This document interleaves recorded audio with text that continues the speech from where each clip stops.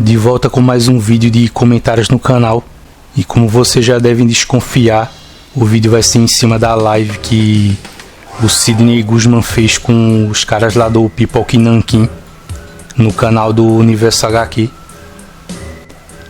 E apesar dessa live ter durado 2 horas e 25 minutos, ela não rendeu como poderia ter rendido, porque ali durante os primeiros 30 minutos o Alexandre Calari e o Bruno Zago tiveram dificuldades para logar e a imagem ali, o som ficou instável, e também porque a conversa deles não rendeu mesmo, porque eles ficavam ali com muito papo furado, com muita conversa paralela, e acabou não rendendo apesar do tempo que a live durou.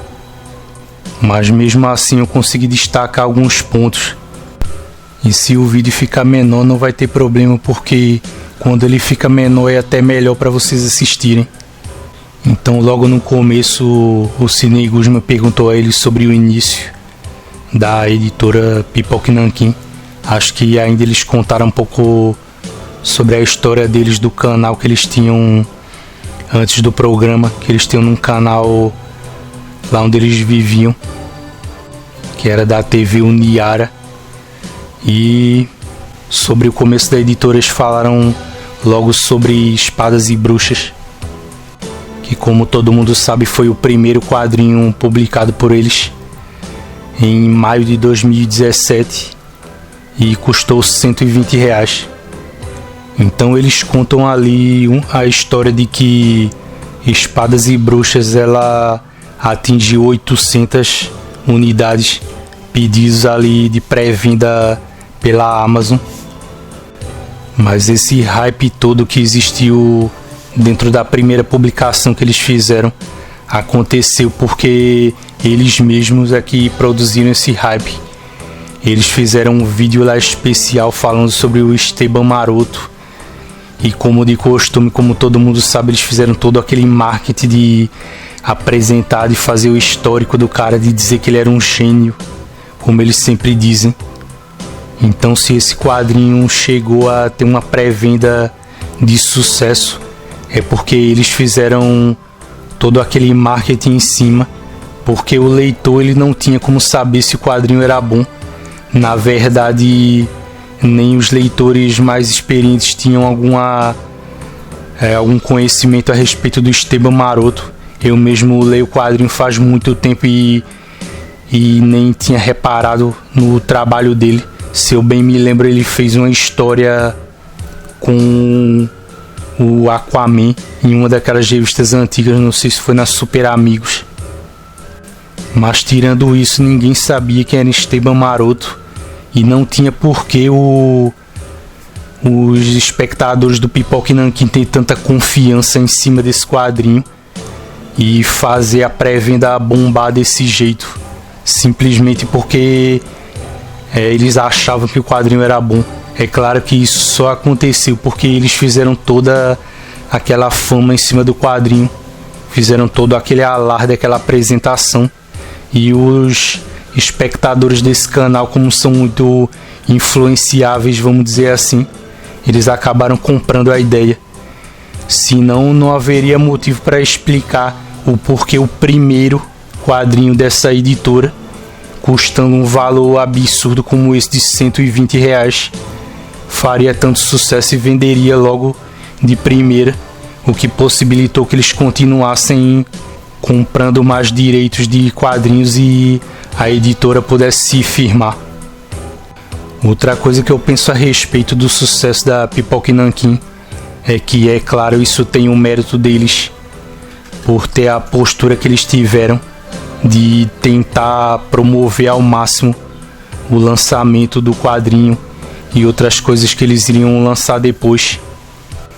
Porque, como o próprio Sidney Guzman falou, eles têm essa capacidade de fazer um quadrinho vender, que esse quadrinho ele acabaria não vendendo em outras editoras.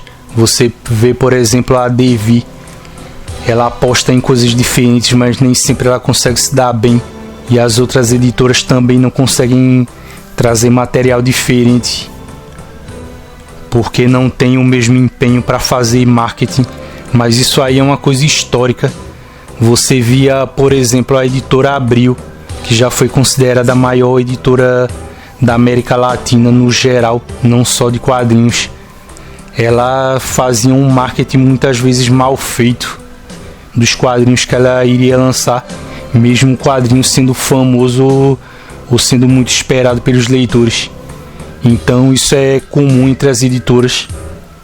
E apesar de que tem muita gente que acha que esses caras aí do Pipoca e Nanquim são gênios do marketing, da propaganda, eu penso que o motivo pelo qual esses caras vêm fazendo sucesso não se dá só por isso, porque eles sabem vender o peixe deles, mas também porque o público hoje em dia, como eu já havia dito várias vezes em outras ocasiões, é um público extremamente suscetível, extremamente influenciável. Uma coisa que a gente tem que levar sempre em consideração é que cada pessoa tem um tipo de formação diferente como leitor de quadrinhos. Por exemplo, eu sou de uma época que simplesmente não existe internet. Então, como é que você começava a ler? Você tinha contato de alguma forma com os quadrinhos. Geralmente você pegava uma fase que já estava correndo de alguma equipe criativa que você não conhecia. Você não conhecia os autores nem sequer pelo nome, como a gente faz hoje em dia, que a gente pega uma revista e vai logo no expediente dela, no cabeçalho que inicia a história, para ler o nome do roteirista, do argumentista, do desenhista e até arte finalista, para ver quem é a equipe mesmo. Então a gente não sabia de nada, não tinha ideia do que estava pegando, mas tinha aquele impulso que é natural de cada pessoa que tem a tendência a gostar de quadrinhos, de ter o primeiro contato com a primeira coisa que parece interessante para você. Então a gente ia lendo e experimentando outras coisas, via que tinha outro tipo de quadrinho, outros tipos de personagens, e ia experimentando e vendo o que é que agradava mais a pessoa. Descobria que da pior forma possível, que a gente não poderia ter tudo, não poderia comprar todos os quadrinhos que quisesse, porque a editora publicava mesmo na época da Abril. Ela publicava quadrinhos baratos, mas não dava para comprar tudo. E daí, se você tivesse contato com outras pessoas que fossem alguém dentro da sua família, um amigo ou algum colega da escola, você começava a debater sobre aquilo, começava a discutir sobre os personagens que você gostava, quem você achava melhor, os poderes e tal. E dependendo do seu intuito, da sua vontade ou não, você começava a distinguir a qualidade dos roteiros, do desenho e tudo. E daí você ia formando a sua própria opinião, a sua própria capacidade crítica de julgar a qualidade de um quadrinho. E hoje em dia a maioria dos leitores não tem isso, porque eles são, até certo ponto, eles são acomodados, são preguiçosos, e eles não vão ter esse mesmo intuito, essa mesma vontade de descobrir por conta própria, porque tudo é entregue, tudo é entregue de bandeja e facilitado para eles, tudo é mastigado. Você vê que boa parte desses canais aí de entretenimento que falam de quadrinhos, eles já entregam tudo pronto para o leitor, e eles sempre têm aqueles videozinhos do tipo os quadrinhos que você precisa ler para assistir tal filme, ou antes de assistir um filme. Quer dizer, desde a apresentação dos personagens, arcos de história, eventos mais impactantes assim de cada personagem, esses canais eles já vão e despejam tudo na cabeça do leitor e ficam dizendo: olha, você precisa ler isso, essa fase aqui é essencial, esse autor é o melhor de tal personagem, essa história aqui você tem que ler, como se alguém realmente tivesse obrigação de ler. E todos os sites que são mais assim, não dá para excluir um certo grau de arrogância em fazer isso, eles ficam dizendo o que o leitor deve ou não considerar um clássico. sendo que era o próprio leitor que deveria desenvolver o senso crítico dele para avaliar se aquilo tem qualidade ou não, se para ele aquilo vai virar ou não um clássico. E essa geração de hoje, ela é totalmente passível de ser influenciada, ela não tem resistência nenhuma à influência externa. Tem muita gente por aí que começou a ter contato com esses personagens através dos filmes e depois eles correram para os canais e o que tinha lá esperando por eles era exatamente isso que eu acabei de falar, a influência desse pessoal. Então eles não tiveram uma formação como leitores que foi natural. Eles não passaram pelo mesmo processo que eu ou você pode ter passado, tendo que descobrir na marra mesmo, tendo que gastar muito dinheiro e jogar dinheiro fora com revistas ruins para poder descobrir na prática o que prestava e o que não prestava. Ou seja, eles não passaram por um processo de aprendizado, eles não foram se desenvolvendo por conta própria, e ao invés disso é como se esses influenciadores aí, como eles dizem, influenciadores digitais, esse pessoal do YouTube de quadrinhos ou dos gibitubers, eles foram abrindo a cabeça deles como se tivesse uma portinha na cabeça dessa gente, enfiando tudo que eles queriam, porque eles deixaram, porque eles não tiveram o ímpeto de ir lá e aprender por conta própria, foram se deixando influenciar e se deixando comandar por muitas dessas figurinhas aí.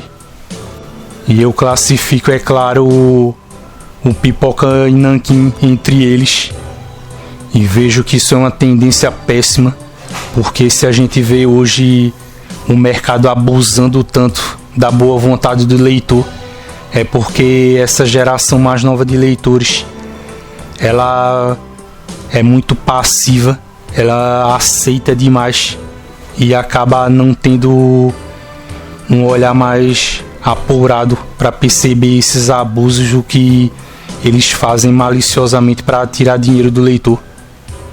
E em relação à capacidade desses caras do Pipoca e Nanquim, muito do que fez com que fosse possível eles fundarem uma editora foi simplesmente pelo fato de a Amazon estar lá no momento certo, porque foi a Amazon que deu esse suporte para eles.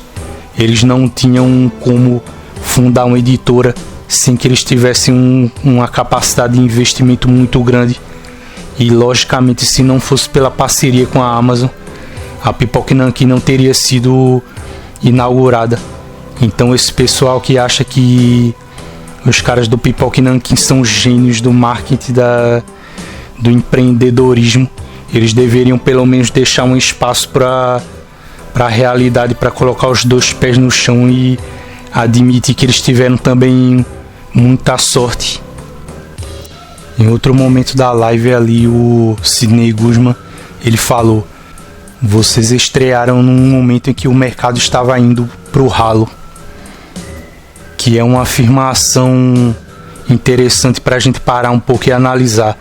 Em primeiro lugar, você via que todas aquelas editoras, desde a época da Abril, a Panini, a Mitos, a Devir, todas elas tinham que trabalhar dentro de um esquema de consignação com as livrarias, que era aquele esquema em que você deixa uma tiragem lá. Aquela tiragem ela não é da livraria, mas ela fica por um tempo lá até que ela venda o suficiente, e a maior porcentagem naturalmente fica com a editora e uma porcentagem pequena, não sei de quantos por cento, vai para a livraria. É como se a editora tivesse colocando num ponto, um ponto que é como se fosse alugado entre aspas, para que ela deixe o material dela lá exposto para que venda, para que ele tenha a chance de sair, e ela recebe aquela porcentagem em cima. Só que esse esquema ele é muito prejudicial para as editoras, porque ela tinha um tempo de retorno desse investimento muito longo. ela tinha que deixar muitas vezes um quadrinho que ela publicava, vamos supor, em janeiro. Ele ficava 4 meses lá para ela poder recolher o dinheiro, ter o retorno da publicação do investimento. E no esquema da Amazon, ela compra uma tiragem, como ela fez em primeiro momento com a editora Pipoca Nanquim. E muitas vezes essa tiragem ela é determinada pela própria Amazon, porque, como eles disseram na live, como teve aquela pré-venda que foi um sucesso, que teve 800 unidades de pré-venda, a Amazon chegou e disse: então vamos aumentar isso aí. Então o que é que acontece? Além da quantidade dos quadrinhos ser melhor determinada, porque você sabe o que tem potencial para sair, além disso, a editora que produz quadrinho ela recebe na hora, o que é extremamente vantajoso. Daí a gente pega essa afirmação do Sidney Guzman e percebe o seguinte: quando a Pipoca Nanquim lançou o primeiro quadrinho deles, como eu havia falado, foi em maio de 2017, no começo daquele ano. Naquele período ali foi o ano em que a Abril já estava passando por dificuldades. Eu acho que ela começou a ficar ruim mesmo, ao ponto de pedir recuperação judicial. Foi lá para metade do ano de 2017. E durante todo esse tempo, daquele ano até agora, você vê vários editores de várias editoras diferentes reclamando que o mercado estava em crise, que tudo estava desabando, que as vendas estavam caindo. Só que vocês podem ver que isso não é verdade, porque quem estava tendo prejuízo de verdade com esse esquema de consignação eram essas editoras grandes. Se houvesse uma crise tão grande no mercado, como é que novas editoras poderiam surgir? Como foi o caso da Pipoca Nanquim e até uma ou outra editora ali que eles citaram, que eu não lembro o nome agora, que começaram a adotar um modelo igual ao que esses caras fizeram. Quer dizer, apesar desses caras ficarem advogando em causa das editoras como o Sidney Guzman, o Cassius Medawa e outros editores fazem, a verdade é que esse mercado não esteve mal o suficiente para que eles levassem prejuízo de verdade, para que houvesse quebra até de editoras pequenas. E esses quadrinhos de capa dura em volumes de luxo, eles vêm vendendo bem desde aquela época até agora. Então essa conversa fiada de que um quadrinho tá em crise aqui no Brasil, isso é pura mentira. Porque não só eles vêm vendendo bem desde que eles disseram, esse pessoal de dentro do mercado disse que o próprio mercado tá em crise, como até hoje, em época de pandemia, continua vendendo bem. Então quem é que pode negar que quadrinhos vendem bem nesse país a despeito do preço, da elitização e também das tais dificuldades de publicar? Porque sempre tem um editor, um dono de editora choramingando, dizendo que publicar quadrinhos no Brasil é uma coisa difícil. Publicar quadrinhos no Brasil é difícil, mas ninguém deixa de fazer, né? E nem deixa de lucrar com isso. Outro detalhe que ajudou bastante esse pessoal do Pipoca Nanquim a conseguir fundar a editora e fazer ela dar certo é que na época eles trabalhavam para as editoras quando começou esse período da crise, e eles conseguiram antecipar vários problemas, como os calotes das livrarias como a Saraiva e a Cultura, porque enquanto as editoras grandes estavam lá sofrendo com esse esquema de consignação, eles estavam lá observando tudo de dentro das editoras, tendo informações importantes para poder se precaver de qualquer problema, e conseguiram evitar isso. Fora o fato de que eles foram praticamente convidados a entrar em outro esquema de vendas que era mais vantajoso e melhor para qualquer editora, que é o atual esquema da Amazon. Que, como eu disse, é aquele esquema em que a editora sai na vantagem porque ela recebe o dinheiro antes de tudo, e depois a Amazon é que tem que se virar para vender, para fazer promoções e desaguar aquele estoque que ela comprou da editora. E vejam só como essas coisas são. como esses caras do mercado de quadrinhos nacional, eles costumam mentir abertamente, é que o próprio Sidney Guzman, ele falou de uma matéria da Globo, ou do jornal Globo, eu não sei se foi do canal,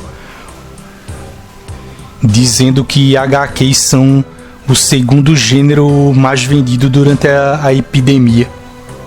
Quer dizer, quando você percebe que existem tantos indícios de que não existe uma crise nos quadrinhos, você tem que se convencer e parar de ficar acreditando no que gente feito Levi Trindade fala sobre o mercado, de ficar fazendo aquela choradeira toda sobre a dificuldade, sobre o quanto eles têm que investir, o quanto é caro, o quanto é difícil publicar quadrinhos, porque esses próprios editores como o Sidney Guzman, eles têm essa atitude covarde de ficar defendendo o lado da editora, sendo que ele se contradiz. Ele mesmo diz que ele disse antes que o mercado estava afundando na época em que a Pipoca Nanquim foi fundada, e pouco tempo depois ele fala essa informação vinda do Grupo Globo que contradiz completamente o que ele tinha dito.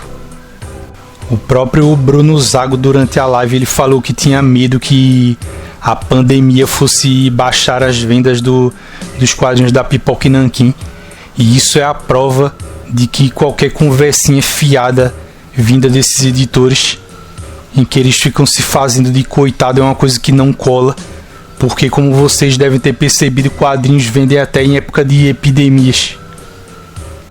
Como no geral algumas das perguntas que o Sidney Guzman faz para eles são meio dispersas, ou a própria fala deles, a própria resposta deles acaba sendo dispersa, você percebe que a influência que o Pipoca Nanquim teve nos inscritos do canal deles é tão grande que boa parte dos leitores novos eles compram sem nem saber a qualidade real das histórias, mesmo com os três lá fazendo aquele marketing agressivo.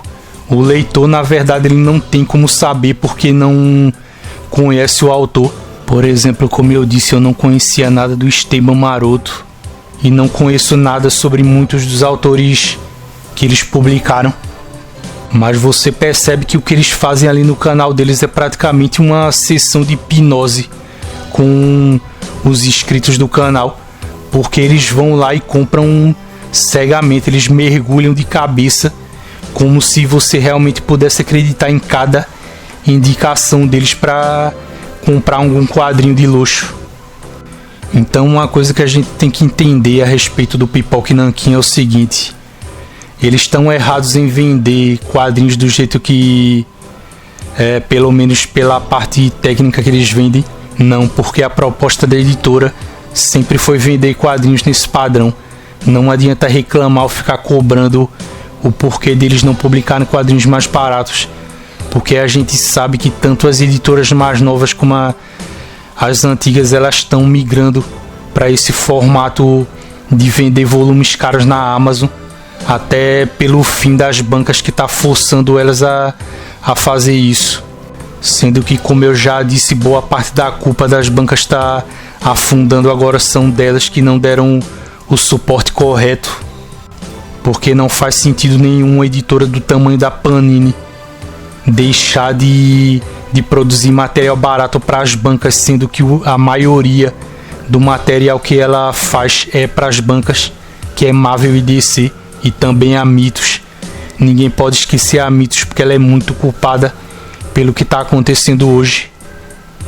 A gente também não pode culpar esses caras pela questão do marketing que eles fazem. A gente só pode observar que, como é impossível uma editora publicar somente quadrinhos bons, então existe uma parcela de desonestidade no que eles estão fazendo, porque eles não obrigam ninguém a comprar, mas daí ficar fazendo propaganda em cima dos quadrinhos como se todos eles fossem uma maravilha, fossem uma obra de arte.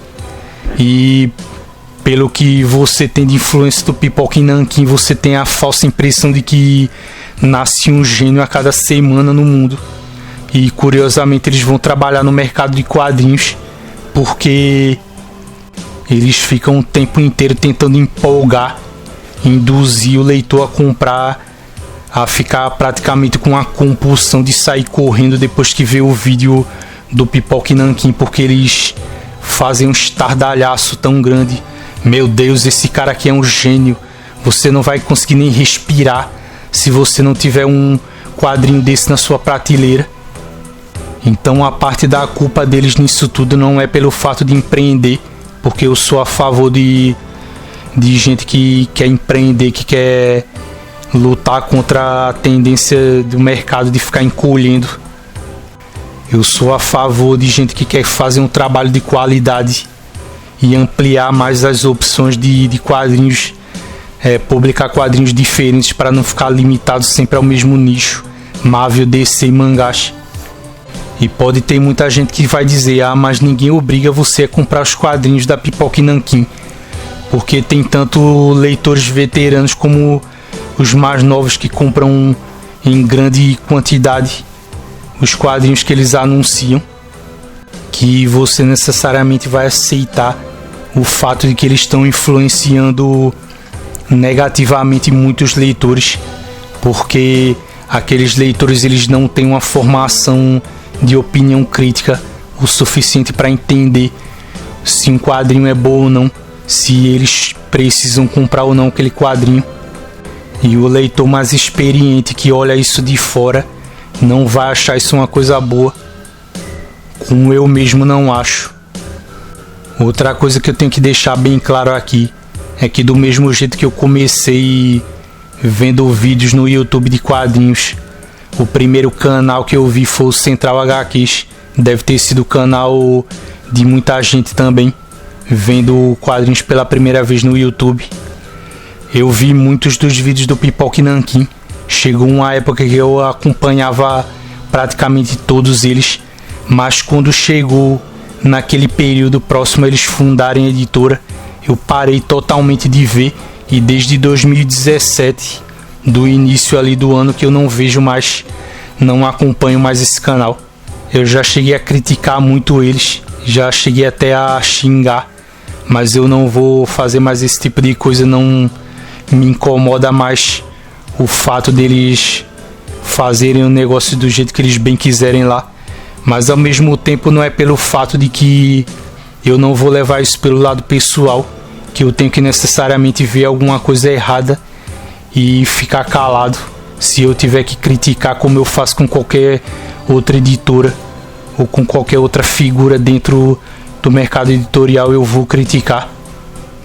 Porque na verdade o que foi essa live do Pipoca e Nanquim lá no canal do Universo HQ foi uma live para quem é fã desses caras, e muito por causa disso a live não rendeu, porque foi mais ali uma conversa entre compadres. Esse Sidney Guzman, ele é muito de ficar passando o pano pros caras do Pipoca e Nanquim. Eles são amigos ali, é lógico que eles vão ficar rasgando seda um pro outro, como eles fazem durante o vídeo. Mas eu pessoalmente, como não gosto desses caras do Pipoca e Nanquim e também não gosto do Sidney Guzman, a gente vê, por exemplo, o Bruno Zago fica fazendo aquelas brincadeiras. Quem achar aquilo engraçado não tem problema nenhum, mas eu não gosto. O Bruno Zago parece o Felipe Neto, só que sem tintura no cabelo. Ele fica o tempo inteiro ali fazendo o papel de bobo nos vídeos, e os caras ficam dando trela para as brincadeiras dele. Quem acha isso engraçado e acompanha, quem é fã desses caras, deve ter sido um prato cheio ver uma live daquele tamanho. Mas eu não tenho interesse de ver vídeo para ficar vendo conversinha de comadres ali. Eu queria ver esse vídeo para extrair alguma coisa de informação do mercado, e eles não falaram muito sobre isso, ficaram o tempo inteiro falando só sobre a própria editora, não deram também opiniões relevantes, não sustentaram o tempo de 2 horas e 25 minutos com informações interessantes para você ver. Por exemplo, eu achei muito melhor a live com o Cassius Medawa, porque ele soltou muito mais informações, histórias e detalhes ali interessantes sobre o mercado do que eles. Ele costuma ser bem mais esclarecedor em relação a isso, enquanto os caras do Pipoca e Nanquim ficam lá dando risadinha e brincando. E por causa disso mesmo o vídeo não rende e fica parecendo uma turminha de fundo de sala de aula de quinta série brincando e dando risadinho o tempo inteiro. Isso não me agrada. Pode agradar algumas pessoas que assistiram o vídeo, mas pra mim é inútil, é jogar tempo fora. Então essa live serviu mesmo pra quem já tem simpatia por esses caras, o que não é o meu caso. Mas é aquela coisa, deve ter um monte de gente que é fã do Pipoca e Nanquim que foi lá assistir, que não se incomoda. Eu não sei se vocês repararam, mas muitos desses volumes que a Pipoca e Nanquim publica são em preto e branco, e mesmo assim o preço deles é exorbitante. É exatamente para esse tipo de público que essa live foi feita, pra gente que adora pagar um preço exorbitante, pagar o preço de uma caixa de remédio num quadrinho em preto e branco, o que eu reforço aqui não é o meu caso. E fica aí a dica, se você quiser encarar, pode ir lá assistir a live. Então esses foram os meus comentários.